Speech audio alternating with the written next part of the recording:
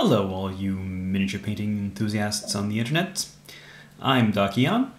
This is my weekly update of what I've been up to. It's Monday the 12th of October 2015. And you're looking at one of my sort of near future post-apocalypse gang members from Heresy Miniatures that I have finished. Put on a little road base, like damaged road. Here's the other guy. You didn't think I'd get these done, would you? Did you? Well, they're done and their future is so bright they gotta wear shades. Now, I see that in the bright lights of my work table, there's a lot of reflection, and it might not look very subtle. The leather coats are supposed to be black, but I've highlighted them with blue glazes so they don't look so flat. And this is probably very visible in these lighting conditions. It's more subtle under normal lights. Also, the varnishing. I don't often show you something under these lights, so you might not be aware, but most minis I actually satin varnish, not matte. And that's why the sheen to them. And this is also clear because of the very strong lighting. Under, on a just normal gaming table, under everyday lighting, it's more subliminal. It's kind of just like, they stand out a little bit more than other minis. So they're more noticeable. That's why I do it. Because a flat matte finish is kind of boring. In the background, you can see some of the bones I've been working on. You can see a couple of. I'm going to make a couple of more markers for in the first instance Malifaux, but they could be useful for something else. This is from these Dark Temple basing kit that I picked up and that you've seen in some of my updates and in the Spookytober videos. What else have I been working on? Well, the two witches I've shown before, nothing's happened there. I hope I will finish them by next week. But I'm not adding anything new to the queue because I've got the bones to finish and the Spookytober stuff. And the Spookytober stuff is not going to be in this update, but let's go over to the bones table.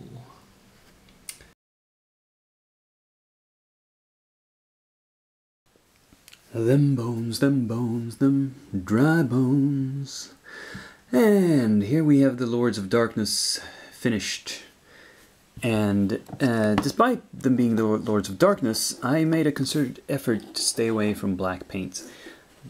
Because A, it's so cliche, and B, it's very difficult to make black look good on a miniature. So I'm not sure how it looks in this light, but her wings are not actually black, they're a very, very dark blue. So I work with dark colors, dark blues, dark reds, and greens in some cases. I also work with contrast here, like dark wings, pale skin, dark cloth, and clothing as well. And so in this light it probably looks brighter. And or for example, on this vampire, the outer layer of clothing is dark, the cape and the coats, while the inner layers are brighter. And this cloak is an example of some wet blending in practice. By the way.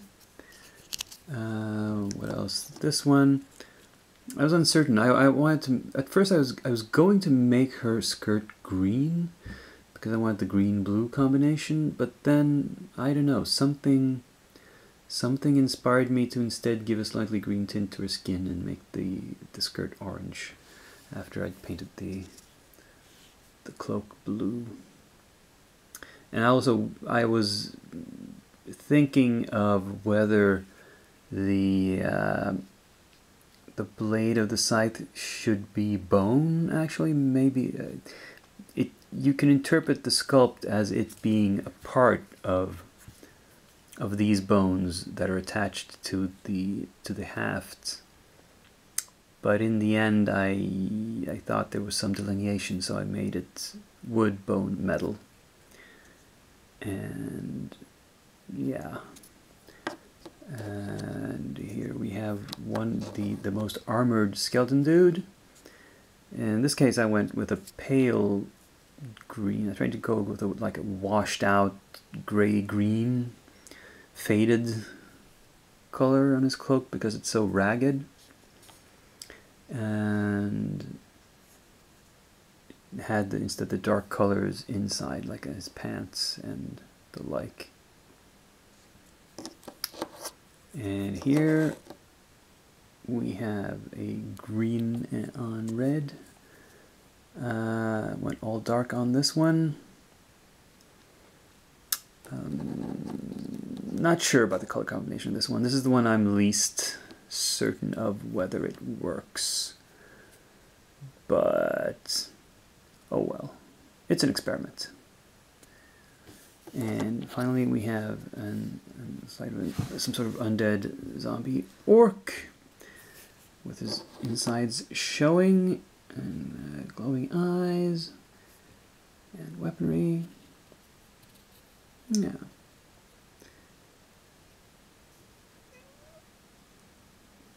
For the amount of time I put into these, I'm happy with the results. So, let's see how the next batch are going. Oh, and there was one more comment I forgot to make about this particular model. And I commented when I first started painting her about her ribs. And I hope you can see that they're a slightly different color from her skin. They're more bone colored, while the skin is like a pale white, green, purple kind of tone. I decided that the sculpting makes them look very external, so I decided they're not actually her ribs. She's, you know, torn the bones out of somebody else's rib cage and is wearing them as a corset of a kind. It seems like the kind of thing a necromancer would do. Just thought I'd share that piece of information with you. So how are the devils doing? Well, pretty good mostly. I've cleaned and primed them. Here we have the lemurs and the devil cat. I straightened out the leg, hopefully, so he will stand flat now. And the ice demon, devil, the ice devil, I straightened out this weapon and glued on the various parts. The problem child here is the poor bone devil. What's he up to? Well, you see, when I glued on these wings, turns out the weight was too much to bear for these spindly little soft plastic legs. He keeps tipping over and lying on his side. I have a drastic solution in mind, which is that since these wings are non-canonical anyway, I could simply clip them off again, put them in my bits box, and, you know, use them for something else later, and then hopefully straighten them out. That's probably what I'm gonna have to do. Oh well. Such is the way of working with substandard materials. But because all these are relatively simple, they're most of the each of these minis has a body that's composed of one thing. You know, one color or combination of colors will cover like 90% of each of these.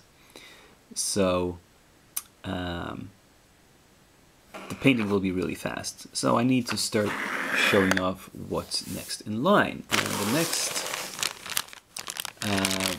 batch is called the Numenera Monsters.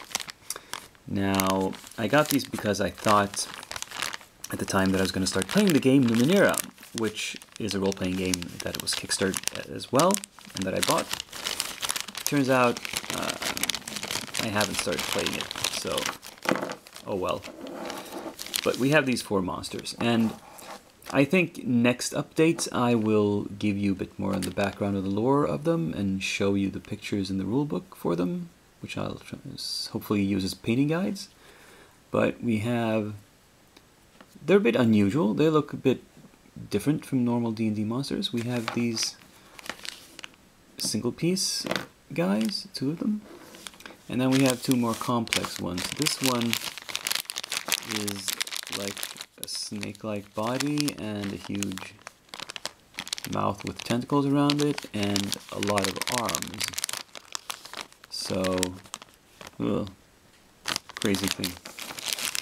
And this one has, well, here's a couple of wings, and here's a body, and here's a flying stand, and, oh, and here's a rider.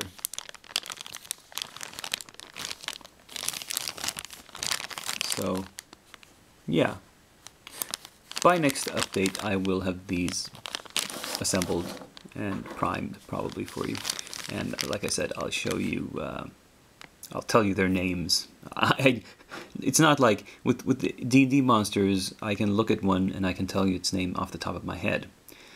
I know exactly, you know, it's an ice devil. You know, of course, who could mistake it? And this is a, I don't know. Well, I have to look it up. Well, that's the bones for this update.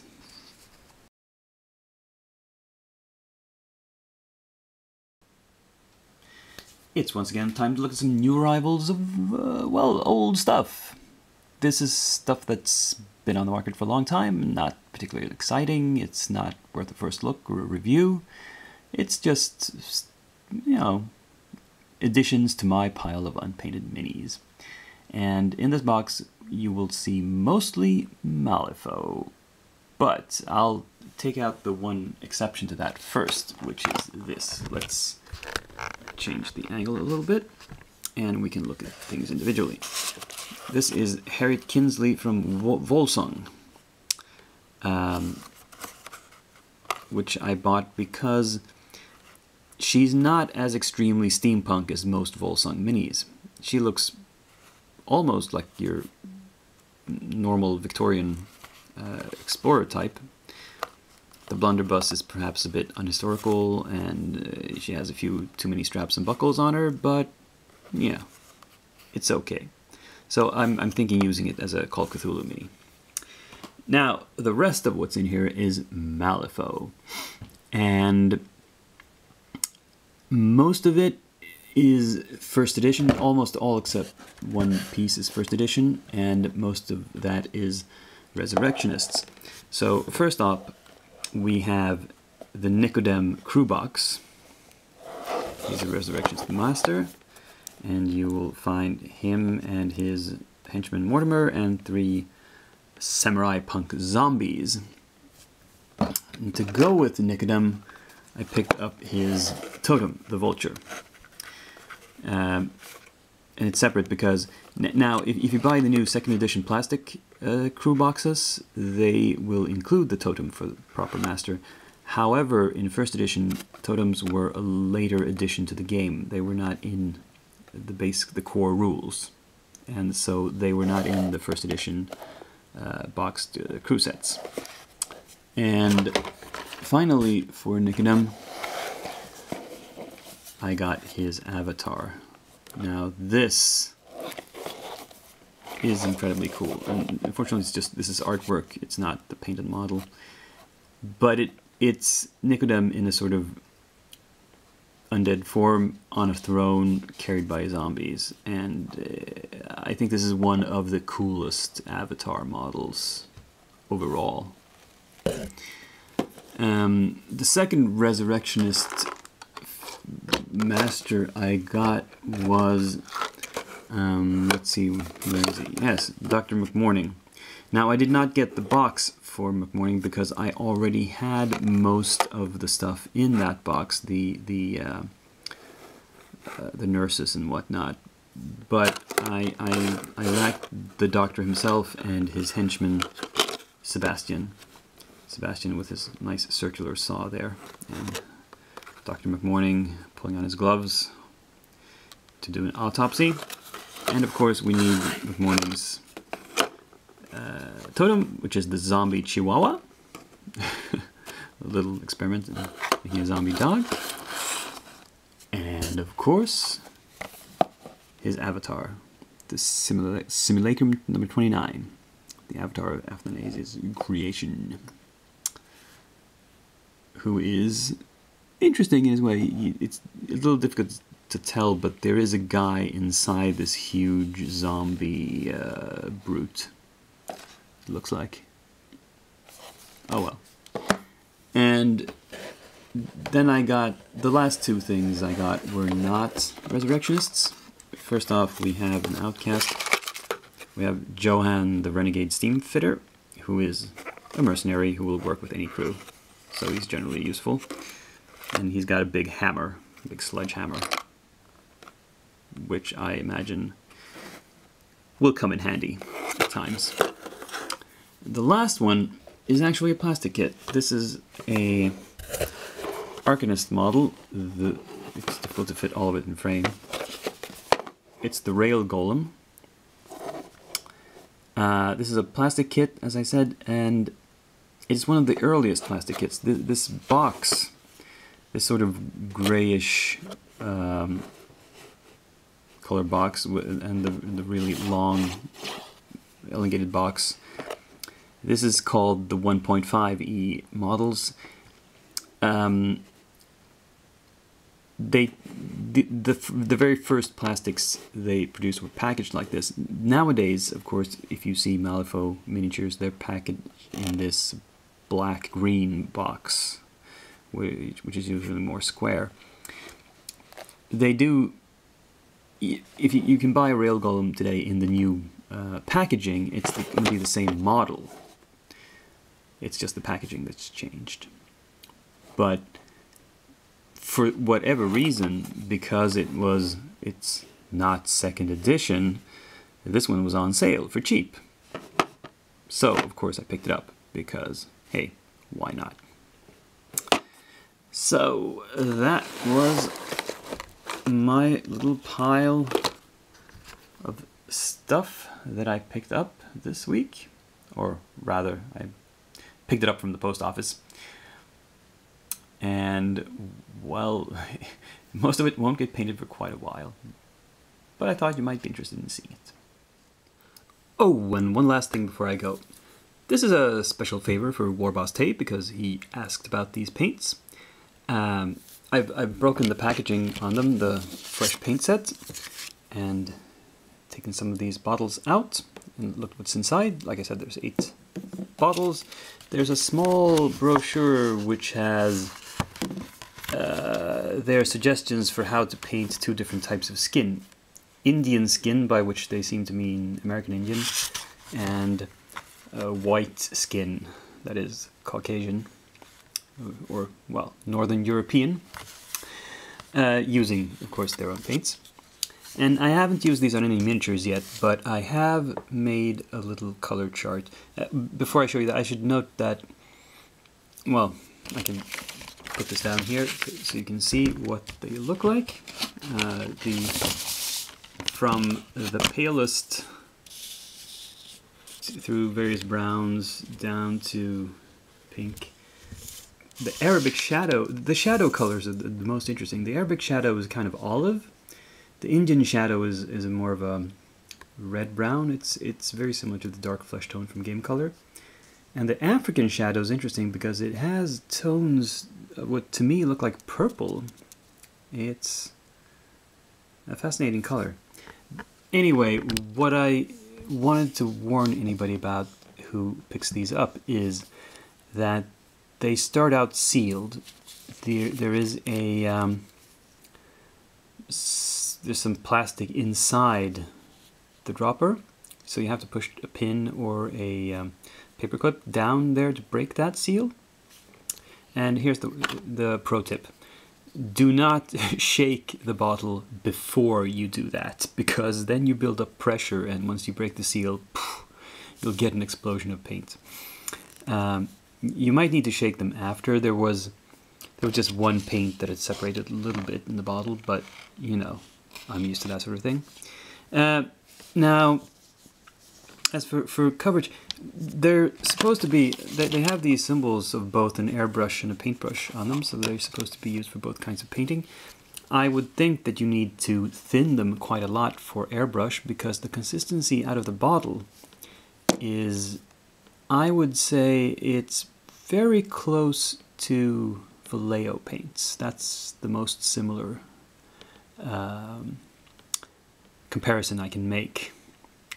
And I mean normal Vallejo paints, not the Model Air. So they are the right consistency for brush painting, with a little thinning, and then for airbrush even more thinning, I would think. And there are several tones here that don't match up with any paints I already had. Like I said, the Indian Shadow I could copy with some of the paints I have. The pink flesh and the golden skin are similar to certain other skin tones. The golden skin is very similar to Sunny Skin Tone from Vallejo. And the pink flesh that's rose brown, is the closest I could find in my current collection of paints. None of the others match exactly or even very closely any other paint I currently own. So it's a good buy. I got more variety out of buying this set. And yeah, I don't think I have anything more to say about it right now. So, until next video, this is Doc Eon, signing off.